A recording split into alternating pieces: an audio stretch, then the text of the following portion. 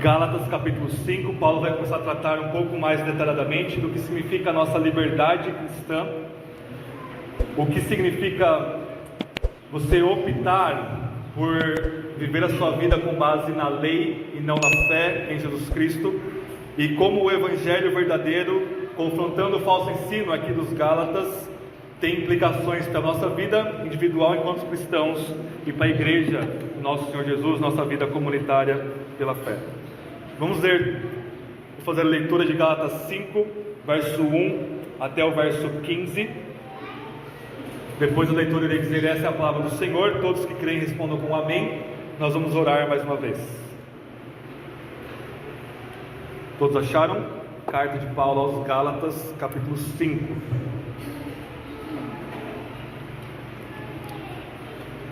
A partir do verso 1, diz assim: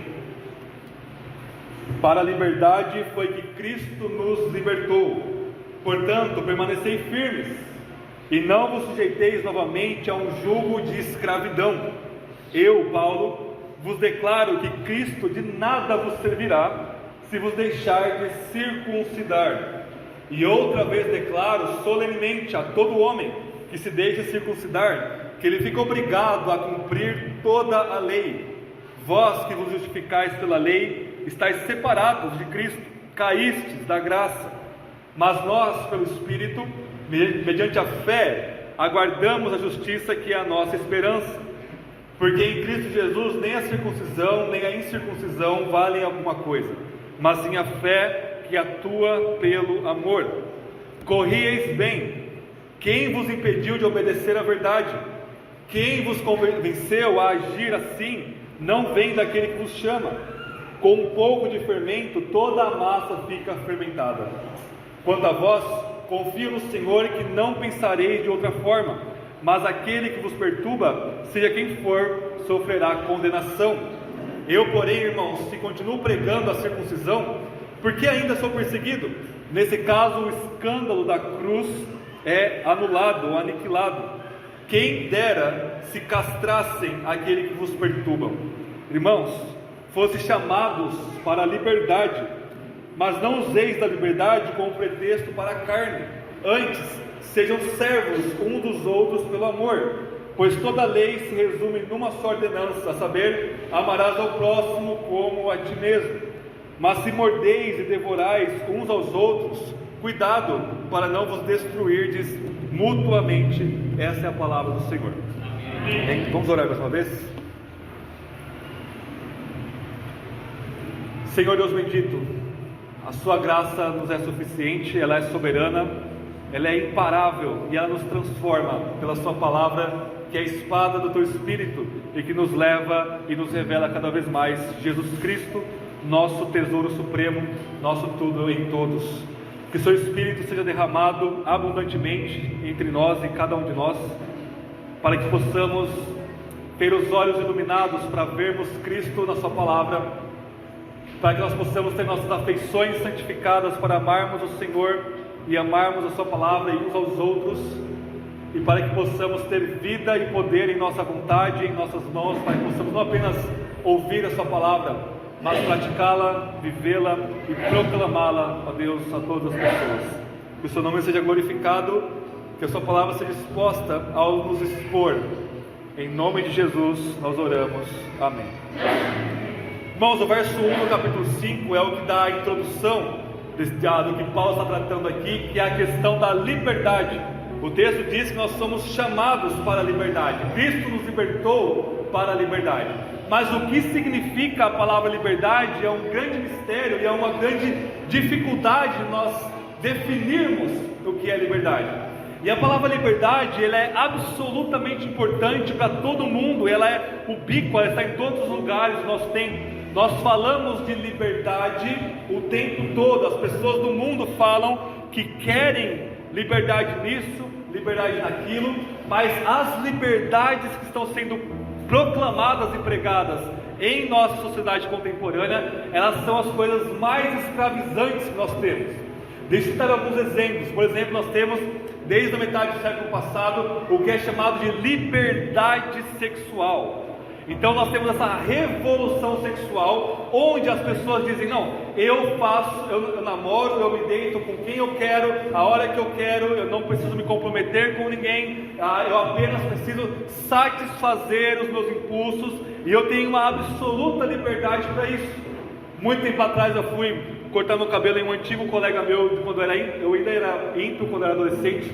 Ele me disse: olha, quando eu quero ficar com alguém, hoje em dia eu pego meu celular, entro no aplicativo, dou 2 cliques e uma moça que eu nunca vi na minha vida, ela vem até a minha casa, eu vou até a casa dela, nós dormimos juntos e cada um vai para sua casa, a gente nunca mais se fala ou se encontra. Está nesse nível essa liberdade. Então as pessoas acham que nós temos essa tal da liberdade sexual com o consumo gratuito, livre e desimpedido de pornografia, por exemplo.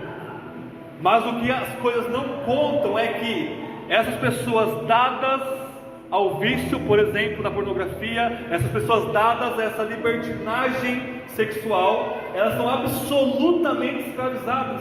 Elas caem em depressão, elas não conseguem levantar da cama, elas não conseguem trabalhar, elas simplesmente estão dadas ao seu pecado e elas não conseguem se relacionar com as pessoas normalmente.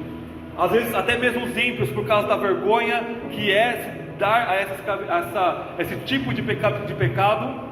Então essa tal da liberdade sexual é o que está absolutamente escravizando as pessoas e levando à morte. Uma grande parte dos suicídios que nós temos, e até mesmo de homicídios, se dão por conta dessa tragédia na alma das pessoas, que é esse vício, a essa escravidão à lascívia. Não é uma liberdade sexual, é uma escravidão à lascívia. Uma outra liberdade que é muito proclamada no nosso tempo é a tal da liberdade financeira. Então o que se é pregado, e eu estou insistindo nisso em várias pregações, é que você precisa ser rico e ter dinheiro. Isso entra dentro das igrejas com o falso e maldito evangelho da prosperidade, que vai prometer que você vai ficar rico. Mas adivinha, as pessoas ricas fora de Cristo, elas estão absolutamente escravizadas pelo dinheiro, escravizadas pelo trabalho, não conseguem aproveitar nada. Por quê? O ídolo do pecado sempre entrega o oposto daquilo que ele promete. Se ele promete vida, prazer, abundância, ele dá miséria, morte e destruição. A liberdade financeira é um grande mito e na verdade ela é escravizadora quando você não tem uma visão bíblica sobre o dinheiro e sobre as riquezas. Uma outra liberdade, liberdade alimentícia. Hoje em dia nós comemos melhor do que qualquer rei e rainha da história da humanidade no passado. E nós, com um clique, nós podemos comprar comida à vontade e nós temos uma liberdade alimentícia. Não, eu posso comer o que eu quiser, a hora que eu quiser. O problema é que isso também é escravizador. No ano passado eu trabalhei com uma moça. Ela ganhava um salário normal, ela baixa, pesava 140 quilos, e ela dizia: eu como o que eu quero, a hora que eu quero. Ela se sentia numa liberdade de comer o que ela quer, mas ela não percebia que isso era aquilo que estava escravizando a vida dela. Gastava quase 30, 40 reais todos os dias só com o café da manhã, que seria quase o equivalente ao que nós temos aqui na igreja, e só comia besteira aí de pedir pelo aplicativo. Essa liberdade que as pessoas têm de comer não está levando elas a comer saudável, mas está levando elas a uma escravidão de uma indústria que industrializa os alimentos e coloca lá um oceano de açúcar, sal e corante, de tudo que nos mata, por assim dizer, para nos viciar aquele alimento. E esse vício, aquele alimento, é a própria escravidão. Um outro exemplo: nós amamos tempo livre, nós temos liberdade de tempo. Antes das grandes guerras do século passado, as pessoas trabalhavam 10, 12 horas no mínimo. Isso é ruim, eu estou falando que isso é bom. Mas a partir disso, o que nós temos é uma gradual diminuição do trabalho. Hoje a gente trabalha mais ou menos 8 horas por dia. Algumas pesquisas vão dizer que daqui a alguns anos vai diminuir para 6, e daqui a uns 20, 30 anos as pessoas vão trabalhar 4 horas por dia. Então nós tomamos glória a Deus por isso. Vai trabalhar menos, a gente tem tempo livre. Só que o problema é que esse tempo livre as pessoas estão usando para quê? Para ficar absolutamente escravizado aos todos os vícios que eu falei aqui agora. Eu tenho que ter mais tempo livre, vou orar, vou ler a Bíblia, vou ter mais tempo com os meus irmãos, vou ter mais tempo com a minha família. Não é isso que está acontecendo. O tempo livre tem escravizado as pessoas a gastarem o seu tempo com nada. Pesquisas mostram que pessoas da nossa idade, mais ou menos da minha idade, gastam todo o seu tempo jogando videogames, ou se entregando à pornografia, ou ficam o dia inteiro na televisão, no celular, porque tem um tempo livre, entre aspas.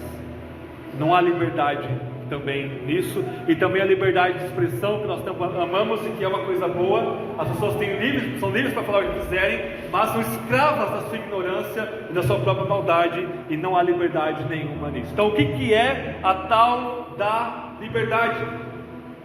Como nós podemos definir biblicamente a liberdade? Se eu puder definir, irmãos, numa frase, o que é liberdade na Bíblia, eu defino da seguinte forma: a liberdade é a escravidão que nos leva à vida. Essa é a melhor definição que eu consigo chegar de liberdade ao ler o texto bíblico. Liberdade é a escravidão que nos leva à vida. É nós sermos escravos de um Senhor que é infinitamente bom, que é tão bom que nos ama infinitamente e que nos ama a tal maneira de dar a sua vida por nós, que conhece infinitamente mais do que nós, e que esse conhecimento Ele quer para o nosso bem. Então nós nos submetemos como escravos desse Senhor, e essa escravidão é a nossa liberdade, porque ela nos leva à vida. Por que eu digo isso? Quando Adão e Eva foram criados, eles foram criados como imagem de Deus, e portanto como rei e rainha da criação. Como o epítome, o clímax da criação é a humanidade na figura de Adão e Eva. Era para eles dominar sobre todas as coisas, de Gênesis 1, 26 e 28. Dominar é um verbo de rei e de rainha.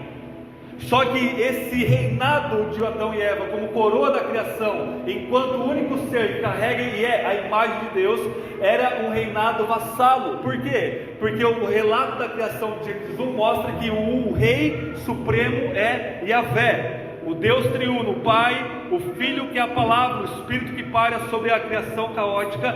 Esse é o rei do universo, o rei cujo decreto é impossível de não ser obedecido. Haja luz é o decreto do rei, e houve luz. Portanto, ao criar a sua imagem, essa miniatura que é Adão e Eva, eles eram reis vassalos, reis escravos de um rei supremo e bondoso. O que a serpente disse para Adão e Eva? Vocês podem julgar o que é certo e o que é errado, ter esse conhecimento jurídico do bem e do mal, sem Deus. O que a serpente promete? Liberdade de julgar o bem e o mal, sem a palavra de Deus que diz: isso é mal. Quando eles abocanham essa falsa promessa de liberdade, que se traduz e se reverbera em todas essas pseudo-liberdades que eu citei agora, e imediatamente se tornam escravos da serpente, escravos do próprio pecado, e essa escravidão leva eles à morte. No dia que vocês comerem do fruto, certamente morrerão.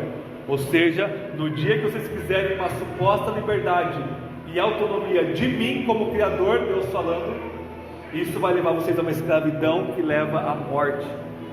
Então, de duas uma: ou você é escravo do pecado que te leva para a morte, e qualquer outra liberdade vai te escravizar por causa do seu pecado e te levar para a morte, ou você se submete como servo de um Senhor bondoso, e isso vai te levar a uma verdadeira liberdade dos seus pecados, uma liberdade para você viver a vontade de Deus em harmonia na sua vida e ter aí a salvação que há em Cristo Jesus. Esse é o problema das igrejas na Galácia. Verso 2 até o verso 9, Paulo ele vai combater aqui de novo o falso ensino que estava prometendo certa salvação e certa liberdade da seguinte forma. Eu vou repetir, porque eu estou repetindo todo o sermão para vocês lembrarem do contexto. As igrejas na Galácia, no sul da Galácia, que Paulo planta na sua primeira viagem missionária, Paulo prega o evangelho, eles creem, planta igrejas lá, entra nessas igrejas falsos mestres judaizantes. O que esses mestres vão ensinar? A salvação é pela graça, pela fé em Jesus Cristo, amém. Só que a santificação, ou seja, o nosso continuar na salvação, o nosso continuar na igreja, a implicação é de membresia também, se dá pelas obras da lei. Ou seja, você tem que guardar a lei de Moisés, não como nós entendemos agora com a vida de Cristo, mas como elas eram explicitadas. Então você tem que circuncidar o seu filhinho no 8º dia, você tem que guardar certos dias, especialmente o sábado, você tem que comer ou não comer certos tipos de alimento que a lei de Moisés proíbe. Essa continuidade de salvação, essa santificação pelas obras, Paulo vai dizer que é um falso evangelho no capítulo 1, que é um evangelho maldito, que não nos salva, muito pelo contrário, tira você da igreja e dessa possibilidade de salvação. Qual que é a solução? A solução para Paulo é, que ele está falando desde o capítulo 1, a salvação é no começo, no meio e no fim, pela graça de Deus, mediante a fé. Ou seja, a santificação também é pela fé. Quando você olha para Cristo Jesus pela fé, e isso vai te santificar, isso que vai te levar para as boas obras, é isso que vai te levar a uma obediência genuína, alegre, de coração e de fato, não aquela capa externa de religiosidade que apenas a busca da lei te leva, enquanto você está podre por dentro. Quando você tem fé em Jesus e vive pela fé, o que Paulo diz em Gálatas 2:20? Eu vivo pela fé no Filho de Deus que me amou e se entregou por mim. Essa é a nossa vida, viver pela fé. Quando a gente olha para Cristo, nós somos santificados pelo Espírito e pela Palavra de Deus. Só que quando você olha para a lei, para a sua performance, para o seu guardar a lei, para a sua obediência, enquanto base do seu relacionamento com Deus, o que você tem é escravidão, pecado, e assim como as liberdades que eu falei hoje, sexual, financeira e qualquer que seja, te levam a uma escravidão. Essa liberdade que os falsos mestres estavam prometendo, de você se santificar pela lei, levava ao oposto, que é viver em pecado. Ou seja, se você quer viver a sua vida e seu relacionamento com Deus com base na sua performance religiosa, o que você vai ter no final de cada dia é frustração, porque você não consegue obedecer perfeitamente, porque você vai afundar em pecado, e isso não é boas novas, isso não é evangelho. No capítulo 5, verso 2 ao 9, Paulo vai dizer 4 coisas que significa você querer ser santificado pela sua obediência, ser santificado pela lei e não pela fé em Jesus Cristo. Primeira coisa, verso 2, olha o que ele diz: eu, Paulo, vos declaro que Cristo de nada vos servirá se vos deixar de circuncidar. Santificação pela lei. Você está dizendo, você está implicando, você está significando que Cristo não vale nada para você. Essa é a conclusão óbvia. Porque se você crê e você é de fato um imundo, absoluto pecador, que não tem nada de bom em você diante de Deus, e que para te salvar foi necessário Deus Filho se tornar homem e morrer na cruz por você, levando os nossos pecados, é isso que nos salva, esse é o Evangelho. Mas quando você diz, não, ok, eu Jesus, eu acredito nisso, mas não, a minha base da minha santificação é o meu esforço e a minha performance em obedecer à lei. Ok, você pode viver assim, mas o que você está dizendo, em outras palavras, é que Cristo não vale nada para você, porque você desviou seu olho de Cristo e você está olhando para você mesmo, para a sua performance, para a sua religiosidade. Então você pode viver assim, fique à vontade, mas saiba, a partir de hoje, que você vai estar rejeitando o Cristo crucificado que morreu por nós. Essa é a primeira implicação do que Paulo está falando aqui. Segunda implicação, verso 3 ao 5. Outra vez declaro solenemente a todo homem que se deixe circuncidar, que ele fica obrigado a cumprir toda a lei. E vós que vos justificais pela lei, estáis separados de Cristo, caístes da graça.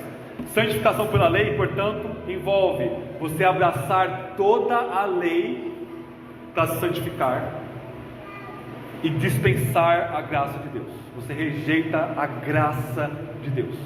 Aí eu quero ver você conseguir. Não adianta você falar, não, eu estou cumprindo esses mandamentos e aí eu caio em outros. Para você realmente ser santificado pela lei, você precisa de absoluta perfeição moral. Você precisa de guardar toda a lei. É isso que Paulo está dizendo. Se você quer se circuncidar, você quer guardar um ponto da lei enquanto base para a membresia da igreja e relacionamento com Deus, você precisa guardar toda a lei. E isso ninguém pode. Portanto, esse falso evangelho é uma falsa promessa, é uma mentira. E a implicação é: você vai rejeitar a graça de Deus. Paulo vai dizer isso o tempo todo. Em Romanos 4, por exemplo, em Romanos 3. Se você quer viver com base na sua obediência, é porque você acha que não precisa da graça.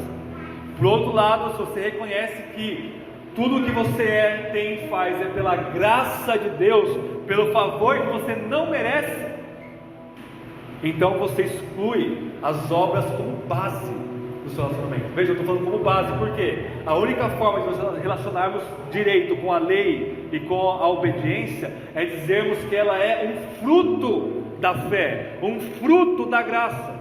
Aí sim nós somos realmente obedientes, aí sim nós temos realmente boas obras, realmente arrependimento, realmente piedade de verdade. Mas quando você coloca ela, tira ela do efeito e coloca como raiz, e coloca ele como fruto, como causa, você destrói tudo. Você está dizendo: eu não preciso da graça de Deus. E veja que os falsos mestres, no discurso deles, eles não rejeitavam nem a Cristo e nem a graça de Deus.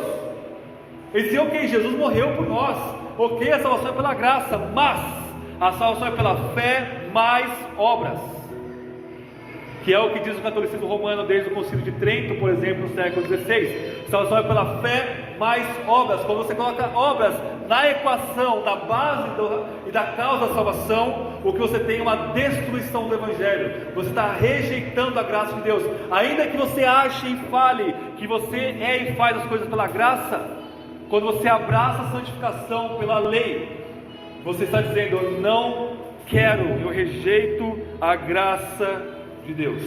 Terceira coisa que você vai rejeitar, versos 5 e 6.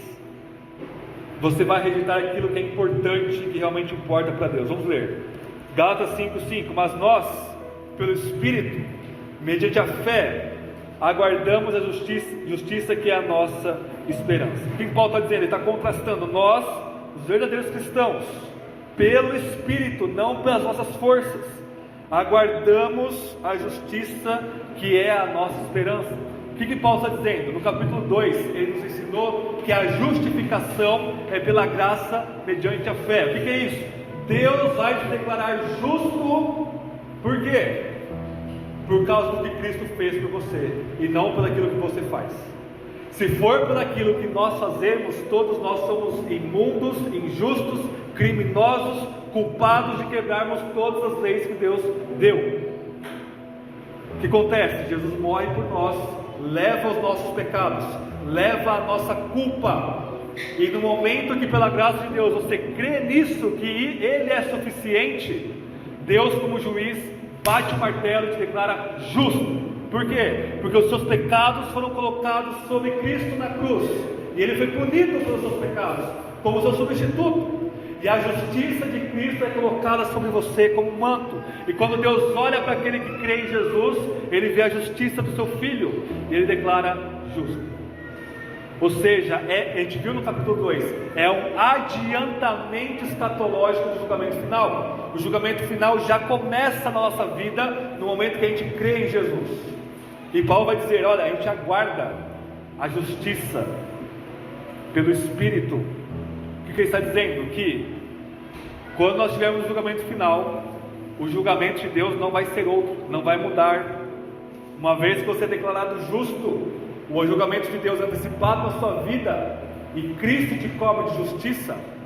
Quando você estiver diante do julgamento final, você vai ter a plena e robusta consciência de que você está em Cristo, e que agora não há mais condenação para você. Deus apenas vai te galardoar com aquilo que você fez com a graça dele, as suas obras. Paulo vai dizer no verso 5: mas nós pelo Espírito, mediante a fé, aguardamos a justiça que é a nossa esperança. Ou seja, do começo ao fim, no momento que você é justificado pela fé, no momento que você crê até o julgamento final, a sua vida é pela fé. E essa justiça assim como no começo ela vem pela fé, no final ela vem pela fé também. Verso 6: porque em Cristo Jesus nem a circuncisão nem a incircuncisão valem alguma coisa, mas sim a fé que atua pelo amor. Nós temos três coisas aqui: esperança no verso 5, fé e amor. É isso que vale para Deus, é isso que é o meio da nossa salvação, é a fé em Cristo. E essa fé, ela gera em nós amor e esperança, e essa fé, ela age, ela obedece, ela se move em amor e em esperança. E Paulo vai dizer: olha, o mandamento da circuncisão não vale mais nada. As leis do Antigo Testamento, elas encontram o seu cumprimento em Cristo, e agora elas são modificadas porque elas se cumprem no modo como nós vivemos pelo Espírito, pela fé, pelo amor e pela esperança. Então o que vale diante de Deus, o que vale para a nossa santificação é isso, é a esperança na vinda de Cristo. Enquanto isso, é a fé que atua pelo amor.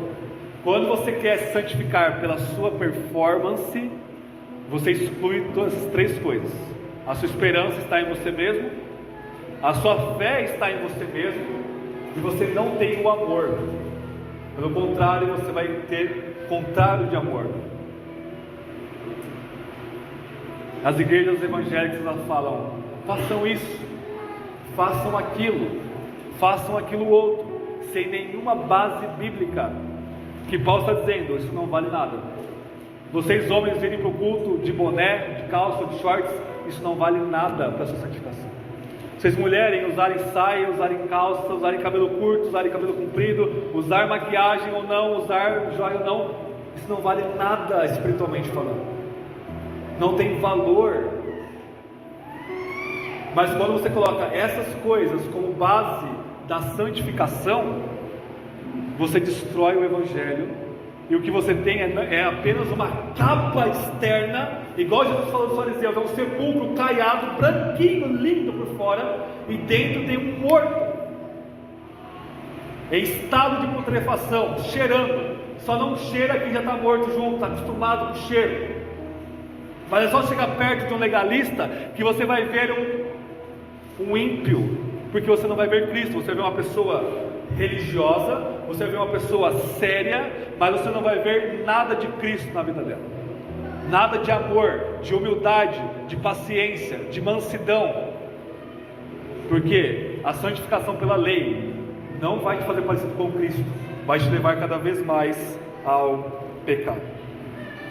Quarto e último lugar dessa primeira parte, versos 7 ao 9: corrieis bem. Quem vos impediu de obedecer à verdade? Quem vos convenceu a agir assim? Não vem daquele que vos chama, não vem de Deus.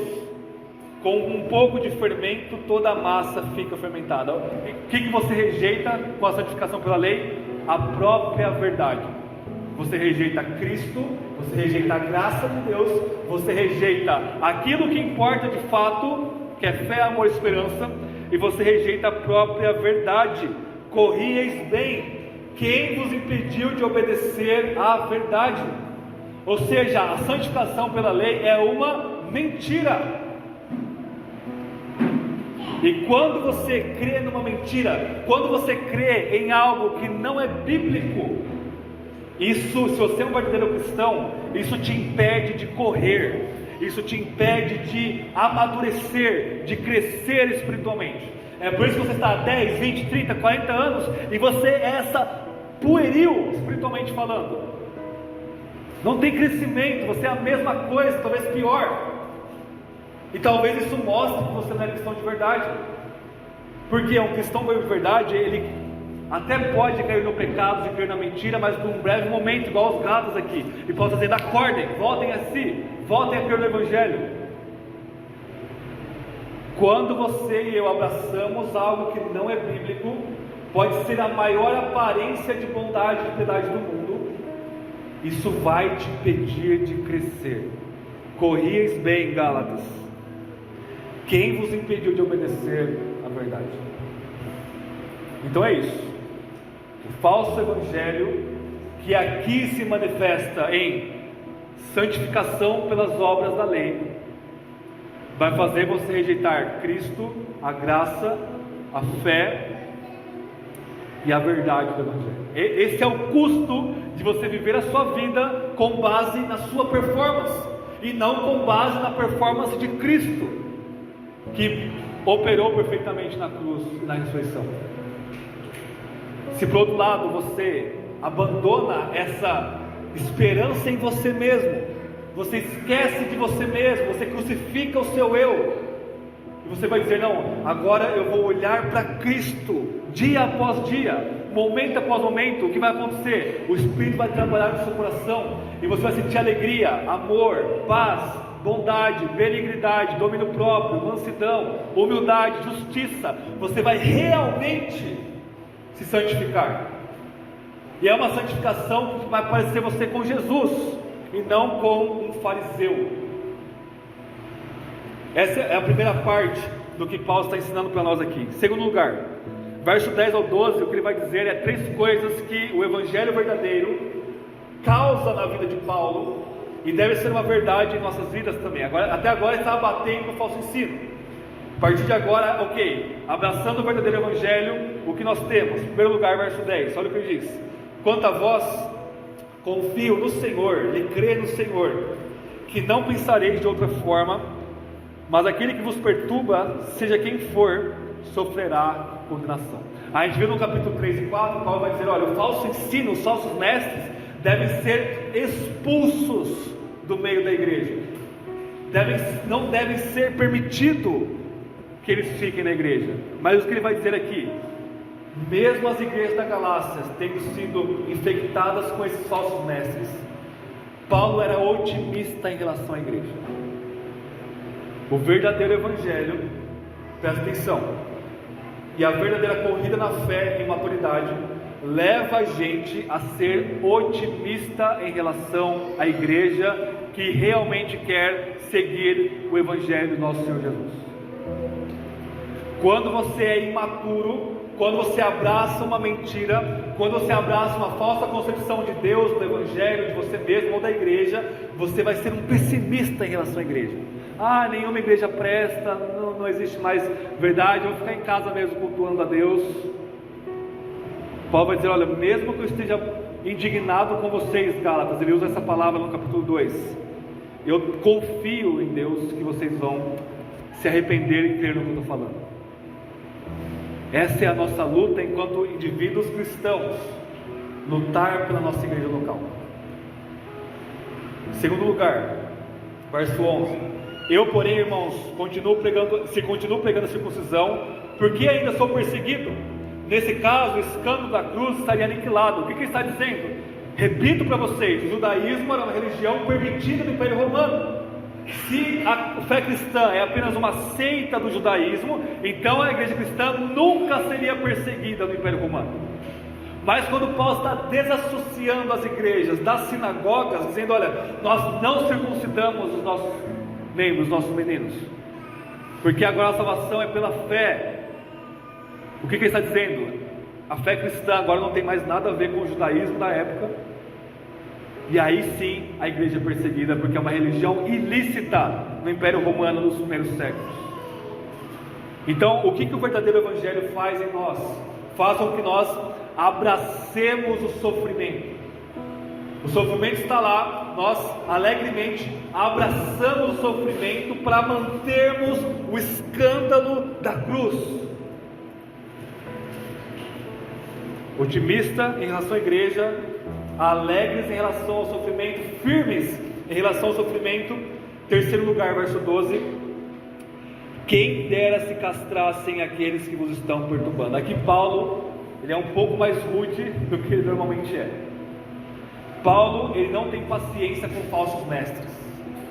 Paulo, ele não passa a mão. Não, tudo bem, aquele irmão da igreja, aquele pastor, aquele diácono, aquele líder de jovens, ok, de vez em quando ele prega uma heresia aqui, uma heresia ali, não tem problema nenhum.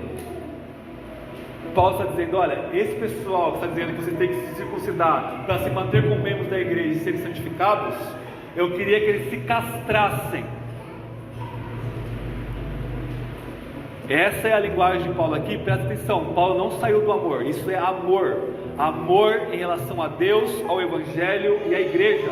O falso ensino não pode ser tolerado em nenhum nível, se a igreja quer ser bíblica e quer crescer e quer correr bem no Evangelho e na chamada que nos está proposta. Que cortem a língua, que arranquem os olhos, apenas saiam do nosso meio.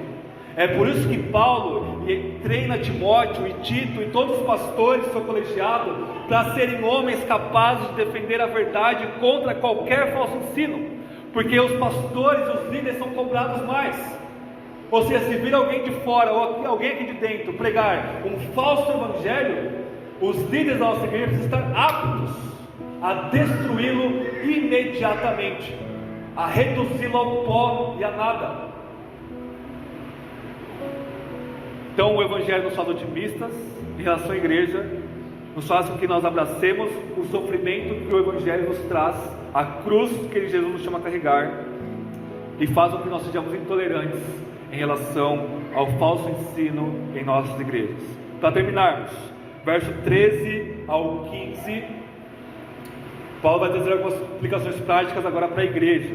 O que o Evangelho verdadeiro tem de transformador agora a nível comunitário? Verso 13: irmãos, foste chamados para a liberdade. Ele volta ao que ele começou lá no versículo 1, liberdade. Mas não useis da liberdade como pretexto para a carne, antes sejam servos dos outros pelo amor. Presta atenção aqui. Quando a gente ouve isso, lê isso aqui, liberdade como pretexto para a carne, a gente pensa que eles são libertinos e que estavam vivendo aí dados aos seus pecados. Esse é o contexto de Gálatas? Não. Esse é o contexto de 1 Coríntios, por exemplo. O contexto de Gálatas é legalismo, religiosidade externa sem coração transformado. É isso que é carne aqui para Paulo. Carne é uma palavra que Paulo usa não para falar de pele do nosso corpo. Carne é a palavra que Paulo usa para significar a nossa dimensão existencial de pecado em Adão. Essa é a melhor forma de resumir o que Paulo ensina sobre carne, quando ele usa de forma negativa a palavra carne. Paulo está dizendo: olha, não usem a liberdade para dar ocasião para a carne, que envolve pecados, mas os pecados aqui não estavam sendo causados por libertinagem. O pecado aqui estava sendo causados por legalismo, por religiosidade não evangélica, não de acordo com o Evangelho.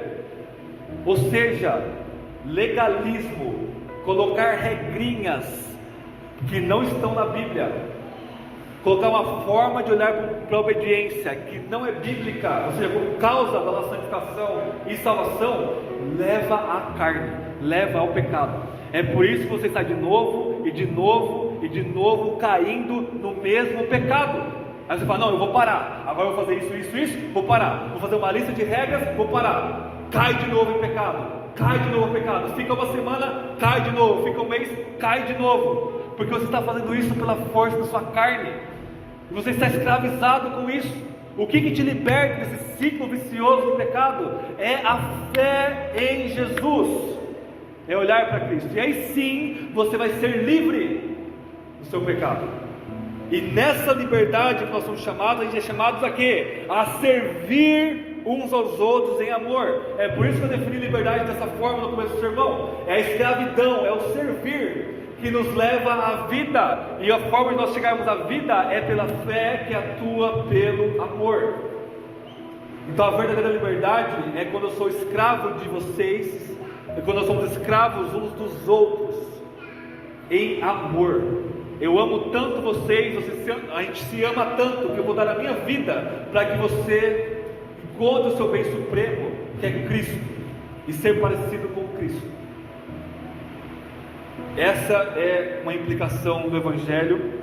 Em segundo lugar, o Evangelho e o amor nos levam a um relacionamento adequado com a lei. Verso 14: pois toda a lei se resume numa só ordenança, a saber, Levítico 19 diz assim: amarás ao teu próximo como a ti mesmo. O que Paulo está dizendo é: Quando a graça de Deus te alcança e cria um novo coração em você, cria fé no seu coração, você responde ao Evangelho pela fé, você de fato começa a amar a Deus sobre todas as coisas e amar ao próximo como a si mesmo. É claro que de forma imperfeita, porque você ainda é pecador, só que essa forma que você está vivendo, de amar a Deus acima de tudo e de amar de fato as pessoas ao seu redor, essa forma de viver é o que realmente a lei aponta para. Você realmente está cumprindo a lei, não é detalhes da lei, é o cerne.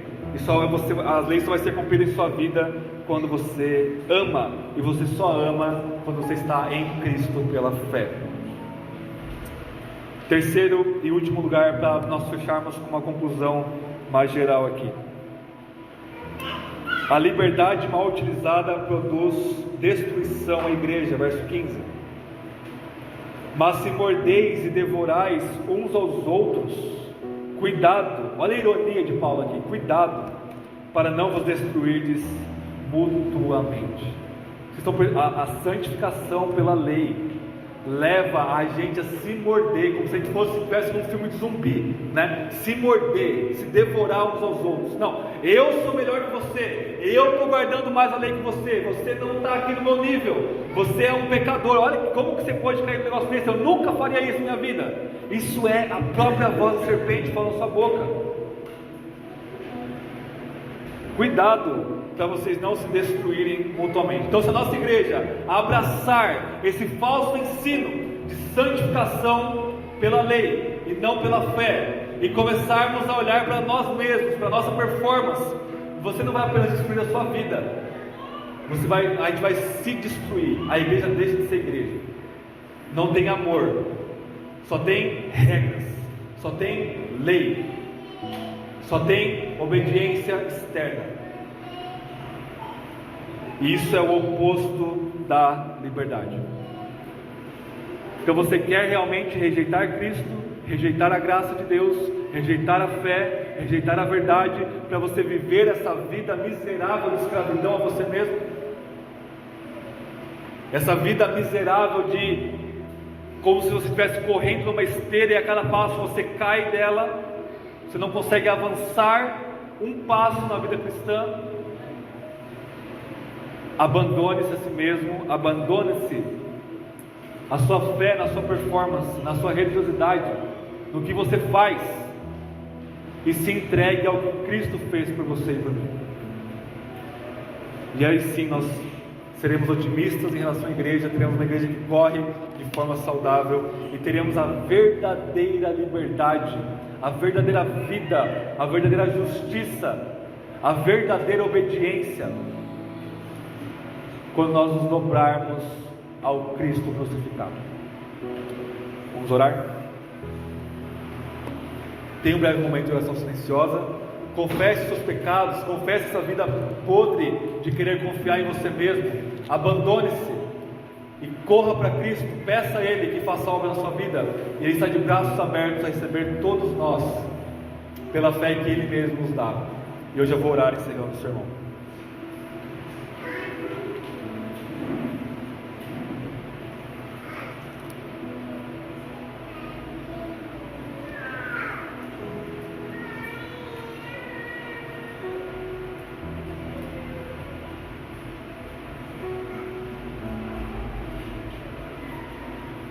Senhor, nós seremos de fato livres quando nos submetermos por completo, como escravos do Senhor, como servos do Senhor.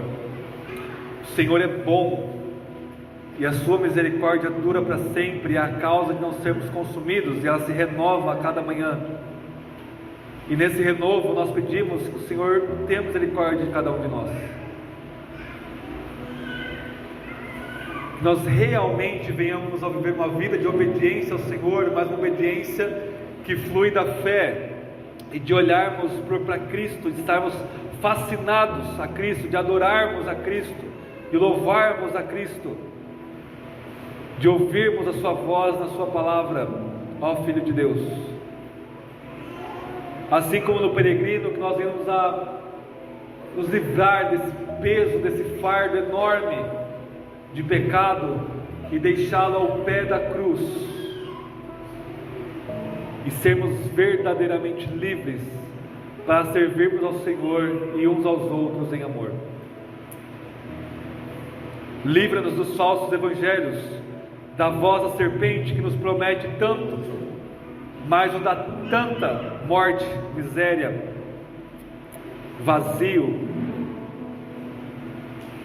Pelo contrário, nós devemos abraçar o Cristo crucificado pela fé, levarmos a nossa cruz ao ponto de sofrermos pelo escândalo da cruz.